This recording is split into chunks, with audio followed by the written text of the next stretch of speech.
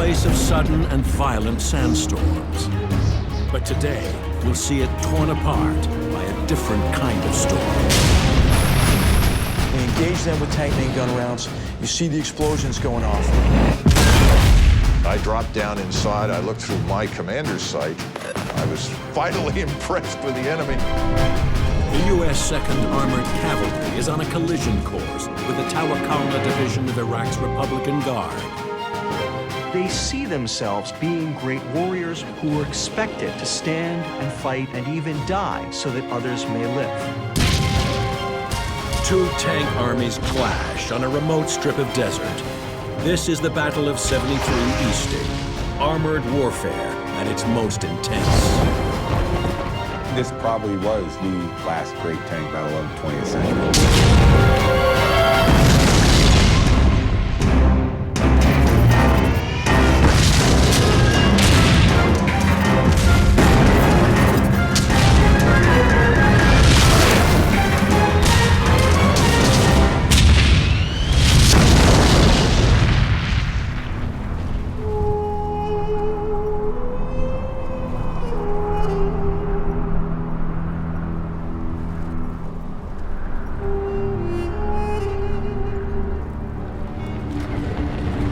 February 24th, 1991. American tanks roll across the Saudi Arabian desert toward the Iraq border.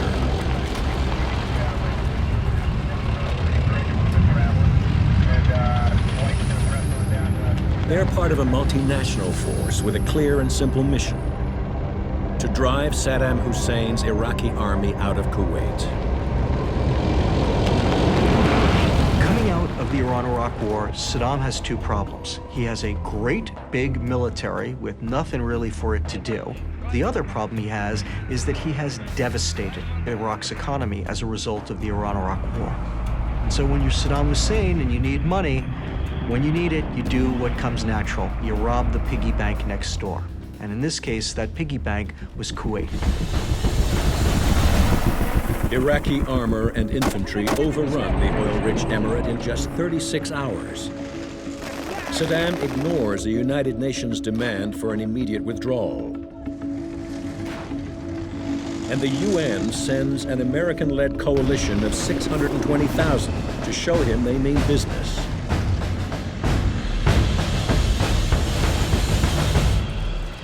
Saddam realized that he was in a bit over his head, but in Saddam's mind, the great weakness of the United States was in their inability to take casualties. He assumed that it would be very much like the Iran-Iraq War. It would be a slugging fest between these two sides, and that in the end, the Americans would cry uncle first. And so the strategy that Saddam lays out is designed to cause the most casualties to the United States while absorbing the least damage to his own forces. He dug in the biggest share of the Iraqi army, 51 of 66 divisions, and he dug them in deep. Saddam deploys 16 infantry divisions and 2 armored corps along the Saudi border to absorb the brunt of the coalition attack. He holds his best fighters in reserve. 8 divisions of the Republican Guard, 1,000 tanks and 120,000 men are poised to strike a massive counterattack and inflict devastating casualties on the advancing coalition. The scheme for defending Kuwait that they actually employed was really the only one that was available to them. And the problem that they had was that the coalition wasn't going to play by their rules. They don't believe that it's possible for the coalition to move any further to the west. It is trackless desert out there, and the Iraqis didn't believe that the Americans could possibly move any further west than that, because the Iraqis themselves, whenever they tried to operate in that desert out there, got horribly lost. There were no terrain features, there were no roads. It was impossible to maneuver out there. And the one thing that the Iraqis weren't aware of was, at that time, a brand new technology called the Global Positioning System. It's the first GPS war. Satellite technology enables the coalition to cross into Iraq far to the west of the main Iraqi defensive line, setting the stage for an attack on their unprotected right flank.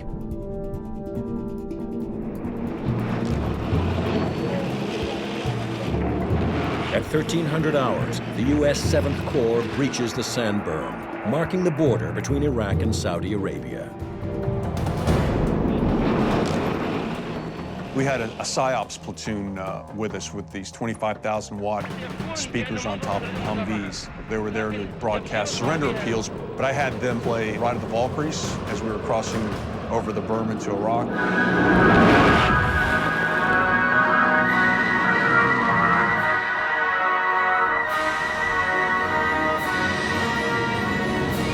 It's kind of cool watching it, but there was nothing there.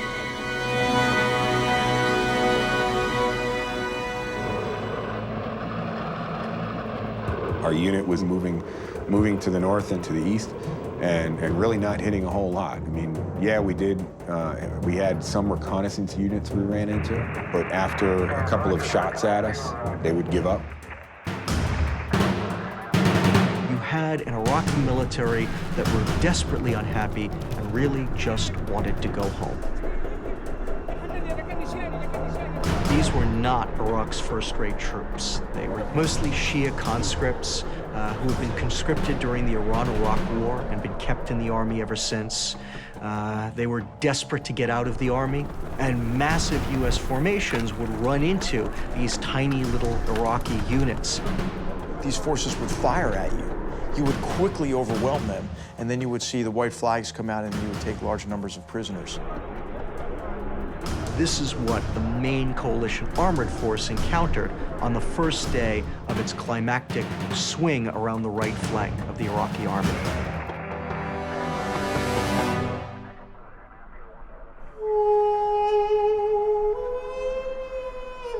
The armor of the 7th Corps rolls ever deeper into Iraq, but at a snail's pace.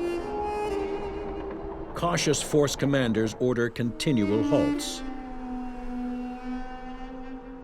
And what they basically did was said, you know what, if we're going to go due east, we're just going to use the eastings, all the north-south grid lines, as our methods to control your rate of advance. It was almost like we were crawling. It was not a fast lightning strike. It was very slow. Okay, we'd move a few clicks and they'd stop us. I'm in a 50-ton vehicle, all this ammunition. I can drive 40-something, 50-something miles an hour, and you're telling me to stop? You know, the enemy's that way. I need to keep going. There was no one forward to see anything to make a personal evaluation. There were no Patton, Rommel, Guderian types who were pulling up next to my tank saying, well, there, Major, what do you think? By the end of the second day, the initial surprise and strategic advantage of the flanking maneuver is lost. And the Iraqis realize that the U.S. 7th Corps is about to cut off and surround their forces in Kuwait. It's at that moment that Iraq's general staff actually demonstrates some degree of real competence. They recognize what's going on, and what's more, they realize from the ease with which American formations have been destroying Iraqi formations throughout the theater, that if they are going to stop the American 7th Corps, they're not going to be able to throw some ash and trash, some weak formations in front of it and allow their better units to escape. Instead, they're going to have to put their best formations in front of those American divisions. The Iraqis make their stand on a defensive line stretching 90 kilometers along the northwestern border of Kuwait. 2 infantry and 2 armored divisions of the Republican Guard will defend the northern half of the line. In the south and directly in the path of the advancing Americans are the cream of Saddam's armored forces. The southern half of the Iraqi Republican Guard line is handled by the Tawakkalna ala Allah division, which means in Arabic, in God we trust. And they see themselves as being great warriors who defended their nation for 8 years and ultimately defeated Iran, the Persian menace. And they saw themselves as Republican Guards as being the best of the best, Iraq's elite, professional warriors, not conscripts, who were expected to stand and fight and even die so that others may live. We respected them. We knew that they were capable of some serious destruction, and we knew there were a lot of them. They got tons and tons of equipment. We respected that. We were real worried about their armored vehicles. And of course, our biggest fear was the T-72 tank.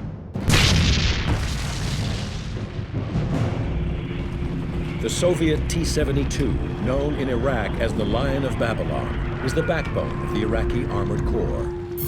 Its 125mm main gun can destroy targets over 1,800 meters away. It's a 41-ton monster, plated with armor that is in places 300 millimeters thick. Still, it can reach a speed of 60 kilometers per hour. This makes the T-72 one of the fastest and most lethal heavy tanks in the world.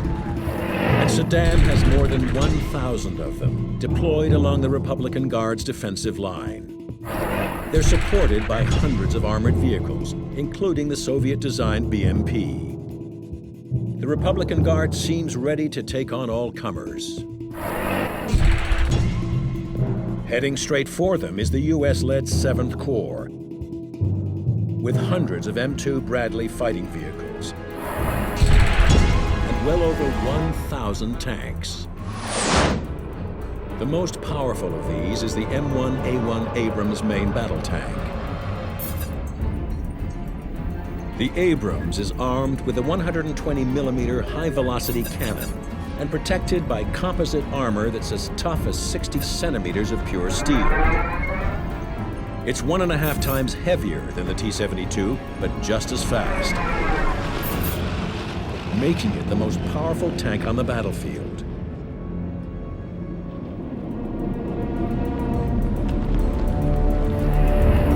By the end of the day, on February 25th, these two armored forces are only 14 kilometers apart.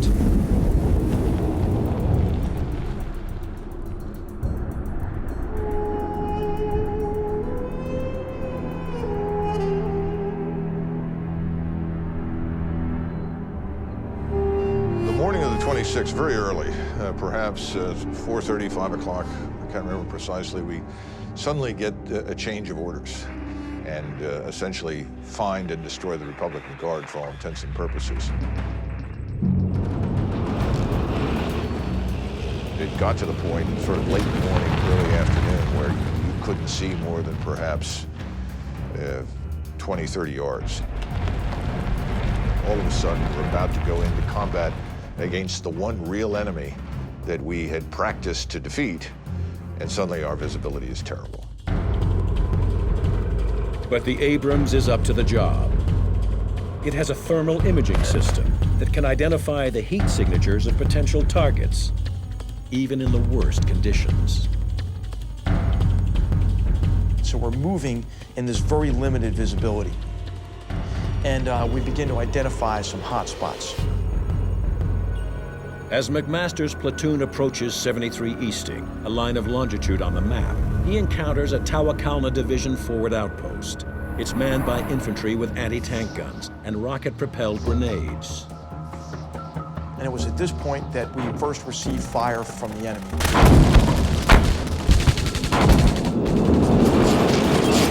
What we had to realize is we were paralleling a road that ran due east right into the enemy's position. The Battle of 73 Easting, the last great tank battle of the 20th century, is about to begin.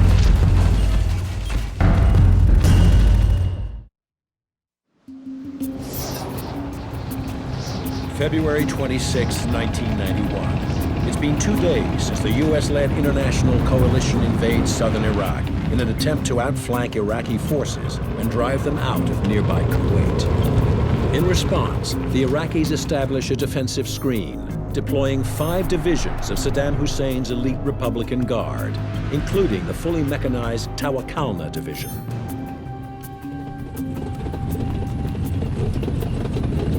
Just west of the map reference 73 Easting, the U.S. 2nd Armored Cavalry, the spearhead of the coalition advance, makes contact with the Republican Guard. And it was at this point we first received fire from the enemy.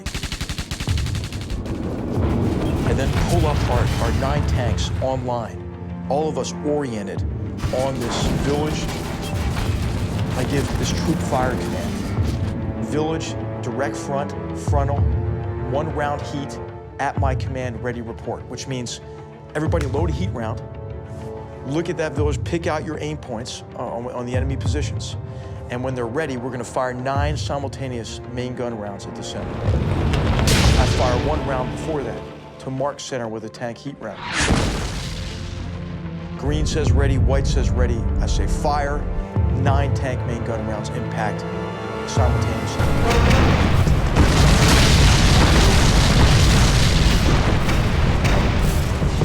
Now, we get the word, continue to move to the east.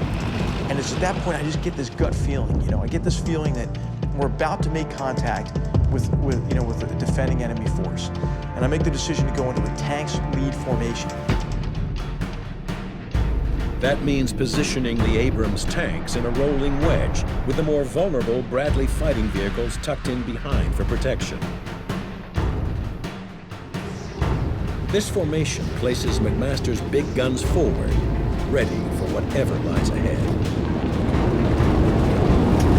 So my tank comes up over that crest. And again, remember, it's a sandstorm, right? You can't see very far, but it is if the sandstorm just lifted. I mean, as soon as we came over that ridge, it was some weird environmental factor, but it was like a curtain lifted. And what I was confronted with was the enemy defensive position. They were deployed in a reverse slope position, which is designed to minimize the amount of time and the amount of distance that an attacking force actually has before it can start to fire on the defenders. Unfortunately, they didn't count on the sophisticated optics and fire control systems of the US M1 tanks, which made their thinking entirely obsolete. I could see 8 enemy tanks in defensive positions, and I said, fire, Sabo, which means we had a heat round in, and it means the next round going in that gun is going to be a Sabo tank, you know, armor defeating round.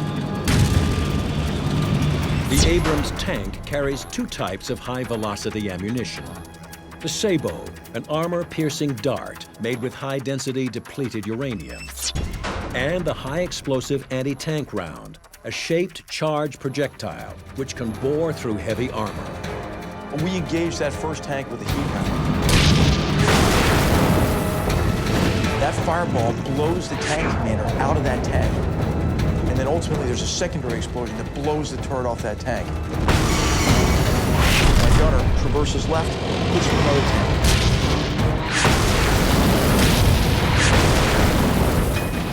We're able to destroy 3 tanks as our tank hits the first leading edge of the minefield. I looked to the right and I saw what looked like explosions to the left front of McMaster's tank. And I couldn't tell if these were mines or artillery fire again. And my gunner, Dewey Jones, pipes up and says, "Holy shit, look at this."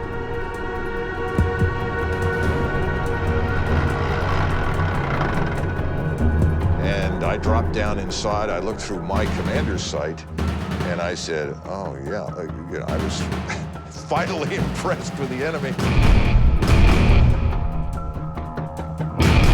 Here were, you know, rows, literally 10, 15 tanks spread right across to the front, and you could see that these tank guns were moving.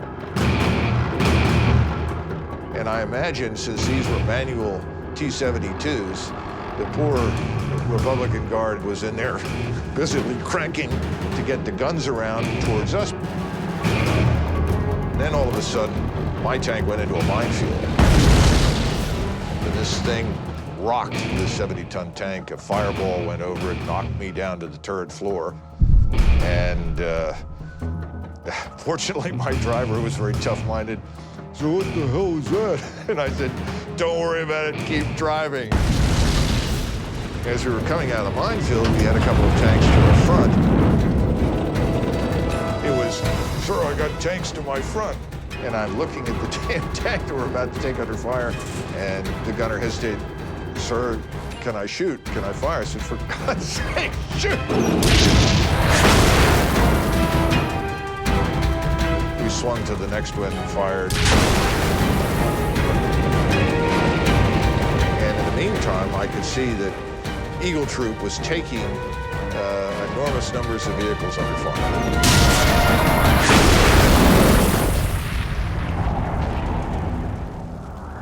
Initially, there was a great deal of disorientation on the Iraqi side because they just assumed that this couldn't be American tanks attacking them. It had to be aircraft. But even after they figured it out, they still had difficulty getting into their vehicle in time because they didn't realize how quickly the Americans were closing on them. American armored forces would charge, using speed to simply try to disorient the Iraqis, and it worked. The Iraqis could not imagine armored forces this big, this powerful, moving at them as fast as they were.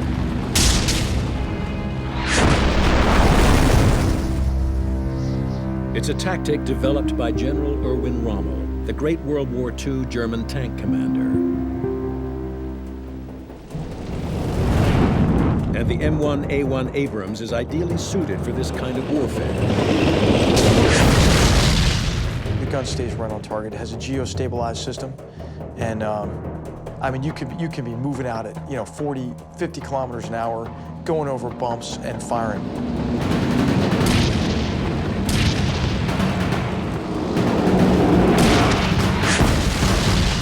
And then the shock effect of a 70-ton machine hurtling at you. I think this is the blow from which the enemy could never really recover. We were now on top of their command post, and we entered their reserve position. And just in like typical Soviet doctrine, they had put their tank reserve like a coil, but we moved too fast. They couldn't get out of their coil in time. They were just starting their engines. I looked at an enemy tank commander, looked over his shoulder at me. I could see the expression on his face, and we engaged that tank at very close range. And you couldn't tell the difference between the enemy tank being hit and our gun going off, and just big hunks of metal, blue sparks arced right back over our heads. And then the rest of our tanks came up, and we destroyed these tanks in their assembly area.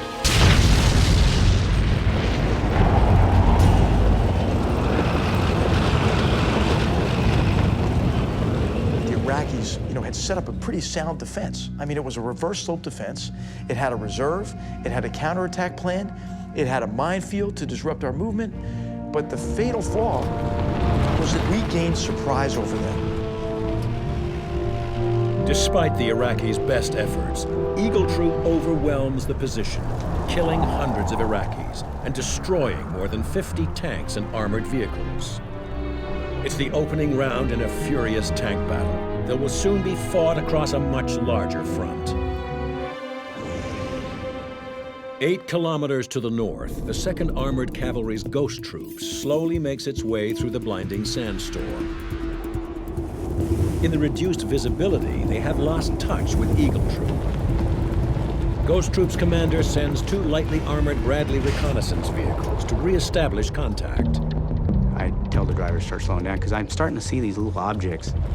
But what could they be? I mean, you're in the middle of the desert. So I'm immediately thinking, well, they're vehicles. But my number one concern, of course, is I'm going to go link up with Eagle. Maybe that's Eagle, maybe that's not.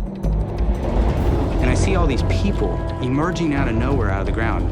And then you see like this diesel plume, and then immediately followed by this behemoth, giant T-72 tank backing up out of a hole. That must be enemy.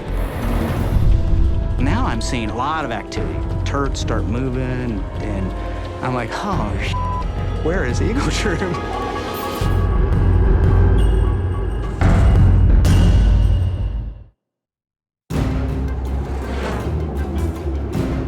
February 26, 1991, 1600 hours. Eagle and Ghost troops of the 2nd U.S. Armored Cavalry have become separated in a sandstorm. 2 Bradley fighting vehicles from Ghost Troop have been dispatched to reestablish visual contact between the 2 tank units.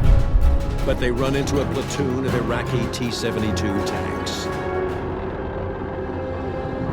So I tell the driver to pull up to this little mound, and as soon as he comes to a stop, he says, "Tank front." "Roger, got it, thanks." And he goes, no, there's a tank to our immediate front. Because I see it. No, you don't understand. There's a tank to our front. And I just get up, push myself out of that turret, and I look down, I go, I'll be damned. Well, what happened is I didn't realize the little mound of dirt that I told him to pull up front was a T-72. I just grabbed the commander's override, max deflect the 25mm cannon.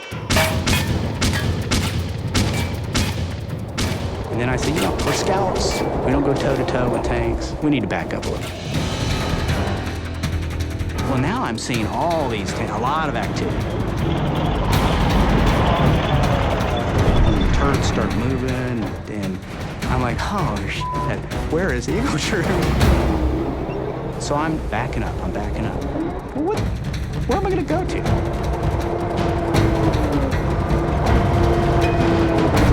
Okay, Sergeant Wonder, raise the missile. So I lay him onto this T-72 that's showing me this beautiful right profile. Sergeant Wonder, gunner, missile tank is right to our front. And I can't identify, this could be Eagle Troop. And I'm just like, how could you miss? It's bigger than a barn door. What do you mean you can't see this? So I said, go clear channel. He goes, flips over, takes it off thermals. Identified T-72 tank. I said, fire. The TOW missile is the Bradley's most powerful and accurate weapon. It's guided by wires, enabling the gunner to steer it to the target, even at ranges of up to 3,000 meters. Now I realize there's like 8 of them, all in this immediate vicinity. At this time, I'm thinking, okay, these guys all know that I'm here, and they're probably a little pissed off about it. So I go gunner, missile tank, he is identified, and I say, fire. And I see this missile come out from the launcher, go just past my gun tube, fall to the desert floor. And I'm like, misfire. And at that time, my wingman opens up a missile, blows the heck out of this thing that was turning the turret on me.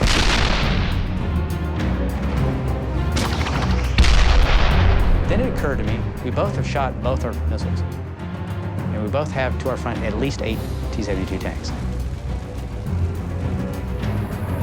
Meriwether says, hey, I need to do a reload drill. So I said, roger that, we got you covered. And I told Sergeant Wonder, all right, whatever we do, we're gonna keep firing and firing until we can't fire no more. And he starts firing 25mm cannon into this thing. And it's bouncing off the turret.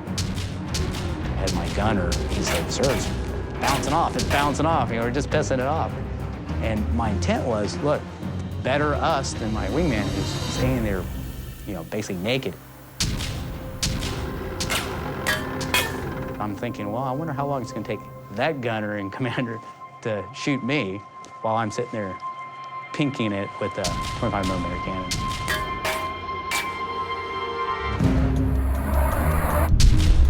The M2 Bradley is a reconnaissance vehicle designed for mobility rather than heavy combat. It is equipped with a 25mm main cannon capable of firing high explosive rounds. But to increase its speed and range, it is protected by just 25mm of armor plating. The Bradley is no match for the powerful T-72.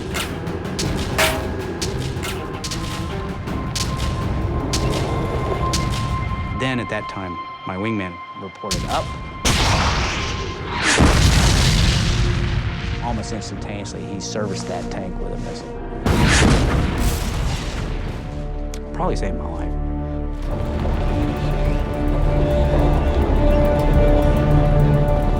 So out of the sandstorm and a lot of smoke now on the battlefield, emerged a couple of Eagle Troop Bradleys, slowly approach me from the right.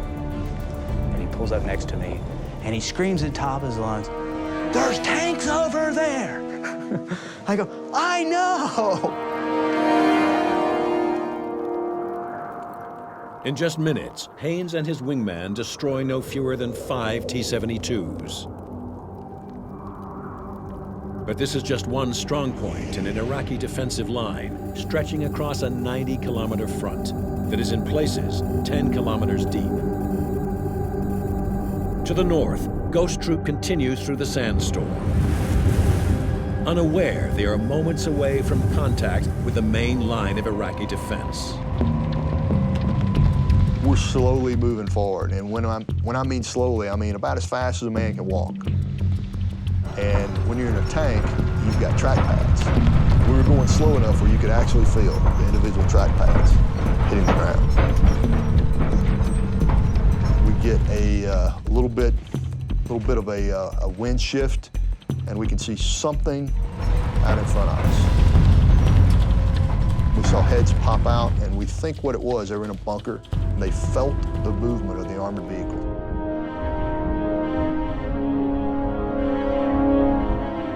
The bunker is barely recognizable because it's cold. But when the bodies come out of it, they're white hot. They're glowing hot. They're so white on your background. And so they're running from one bump to another. But I can figure out if they're coming out of something, running to something, that's probably a vehicle. When the Talcon soldiers finally figure out that there is a major attack on them, they leap to their tanks, they get in their tanks and their armored fighting vehicles, and they fight back as best they can. The problem that they have to begin with is that the Americans are shooting at them at ranges at which they can't possibly fire back. I told the gunner to shoot the vehicle. Immediately followed just a second or so later by a heat round from Ghost 6. So we shot it, and this thing exploded, and the next thing I know, my other tank platoons have seen similar things to what I was seeing, and they started engaging.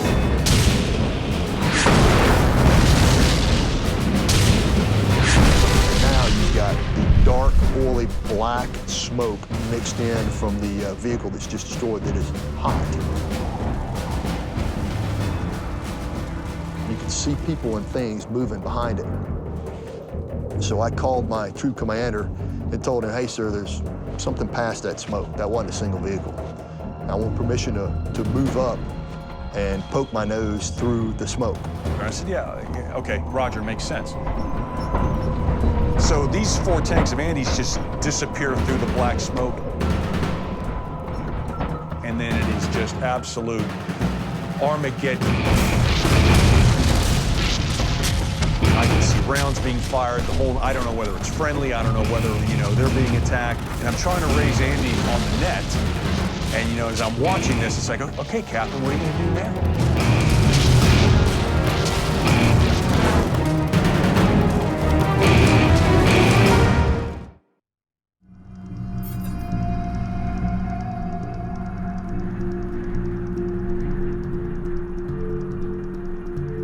February 26, 1991. The remote desert of southern Iraq erupts in a fierce tank battle between the U.S. 2nd Armored Cavalry and the Tawakalna Mechanized Division of the Iraqi Republican Guard.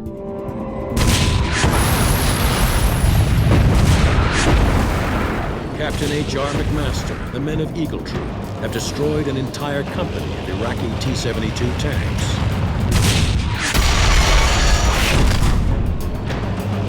Now Lieutenant Andy Kilgore and Ghost Troop are about to experience their own baptism of fire. At that time, 7th Corps was 4 M1 Abrams tanks. There was 110,000 soldiers behind me. There was nobody in front of me.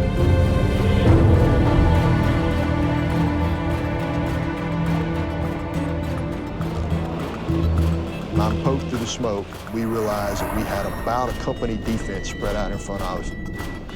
He was in them. He was in their assembly area. I mean, he was in and amongst these guys.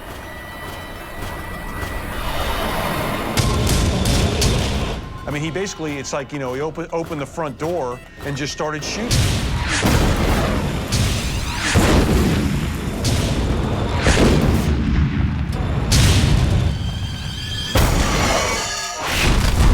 The T-72 is a pretty good tank for when it is developed, but it is developed in the 1970s. It's got good armor, but it's very much outclassed by the M1 Abrams tank, which is its superior in every imaginable category. Its armor can take anything that the T-72 has to throw at it, whereas the T-72 gets sliced open like a hot knife going through butter. The Soviets had a different theory on storage of ammo than the Americans. They've got the ammo basically stored around their hull. So if you make the ammo explode on a T-72 or any Russian tank, all that explosive force is funneled up through the turret.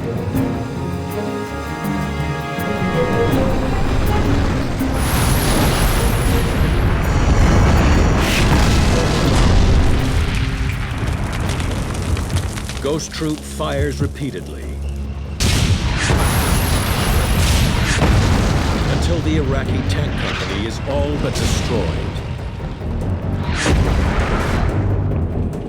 But the men of the Tawakalna division won't give up.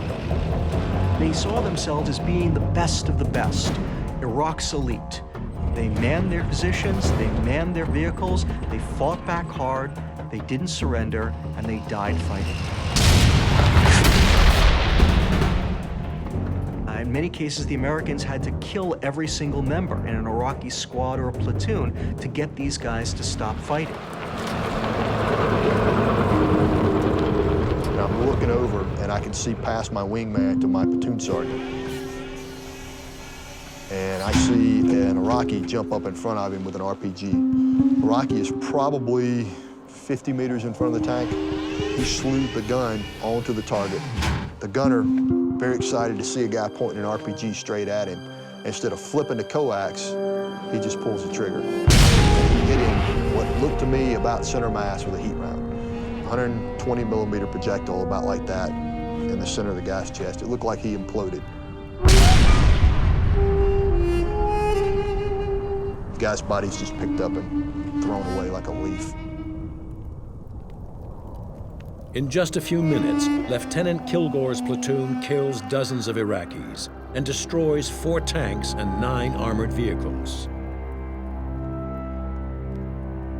When I finally destroyed all the vehicles that we could see, I got back up on a troop net, called in a spot report to the troop commander, who was not very happy with Lieutenant Kilgore at that time, since I had been engaged with him for a few minutes and not reporting. I said, you ever pull any stuff like that? I'll put a bullet in you myself. But as it turned out, you know, in hindsight, that was the absolute right thing to do, move forward that smoke, because basically he took the initiative away from the enemy. Despite heavy losses, the Iraqis won't quit and launch a counterattack in an attempt to halt Ghost Troop's advance.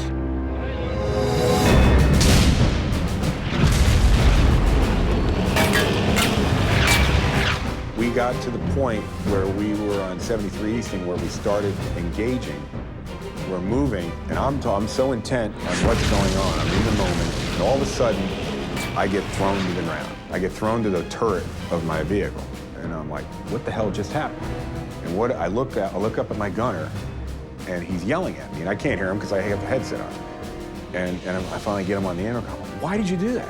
And he says, sir, there are artillery rounds landing right next to our vehicle, and you didn't even notice it. You were sticking your head all the way out of the vehicle. He said, you didn't see those rounds? I said, I had no idea that was happening. Because I was so focused on what was happening on the radio, what was going on with all the other units. That's how intense it is. You're just go, go, go.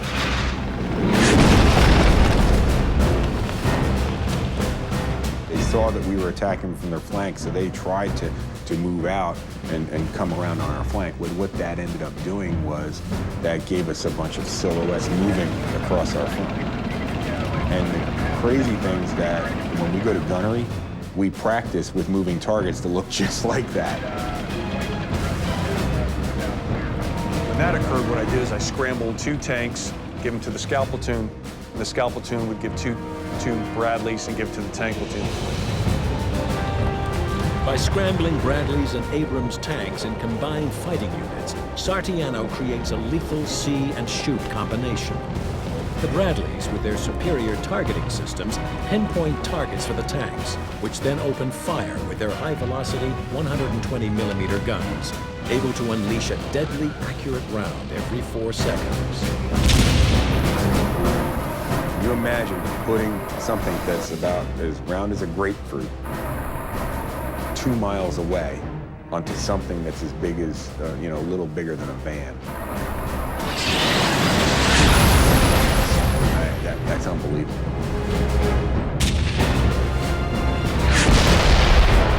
We had tanks shooting over 2 miles and getting the hits. It was absolutely amazing.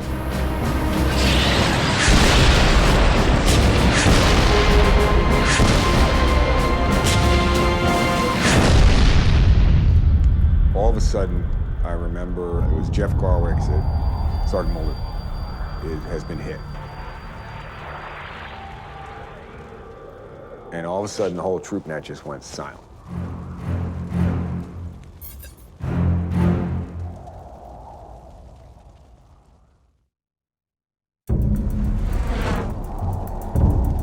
February 26, 1991. The U.S. 2nd Armored Cavalry's Eagle and Ghost troops have dealt a crushing blow to the Tawakkalna Mechanized Division.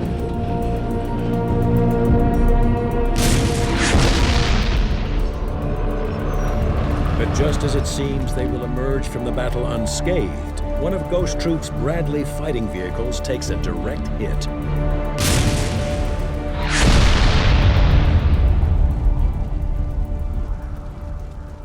And we notice at 1-6, which is on the extreme right of the scout platoon to our left, he's pulled up on just a little bit of a rise.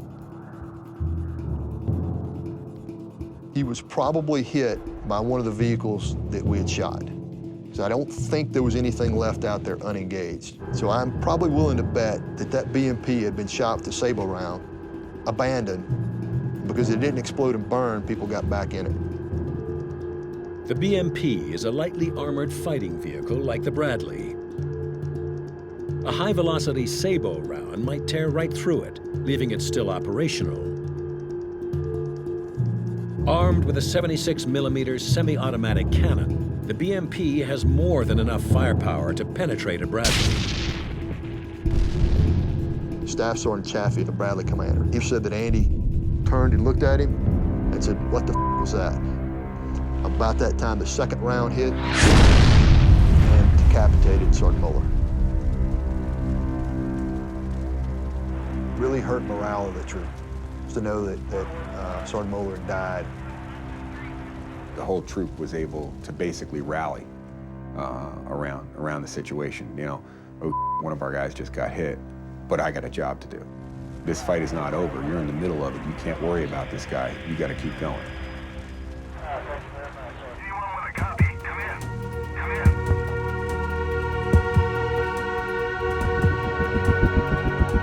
The Battle of 73 Easting is all over in just 90 minutes.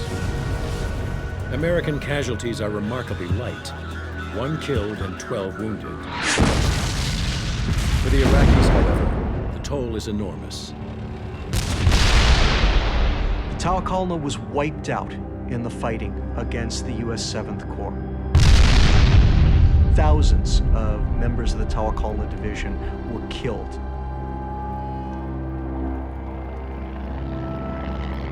They started out the battle with about 200 tanks, and barely 24 were able to pull back off of it later on. After the attack, we ran out and then captured some additional enemy prisoners. We put them in the back of our squadron tactical command post, Bradley. And as they closed the turret shield door, there was a picture of Erwin Rommel, who, we had admired and sort of patterned ourselves after in terms of his tactics. So this brigade commander says in perfect English, you know, why do you have a picture of your World War II adversary in your Bradley? And one of our privates in the back of the Bradley said, listen, why don't you just shut the hell up? If you'd read a little bit more about Rommel, you wouldn't be sitting in the back of my track. The reason for not only the American victory, but also the overwhelming nature of that victory lay in the fact that the United States held pretty much every single advantage over Iraq that you could imagine. But there was the stand of the Tawakalna and several other divisions of the Republican Guard that slowed down the American advance. It bought time for other Iraqi units to retreat out of the Kuwaiti theater. It's a great tragedy because it set the stage for the intervention in 2003. It was the survival of the Republican Guard Corps that ultimately preserves the Saddam Hussein regime. He might have fallen right then and there in 1991 and saved the Iraqis and the United States and the entire Middle East another bloody war.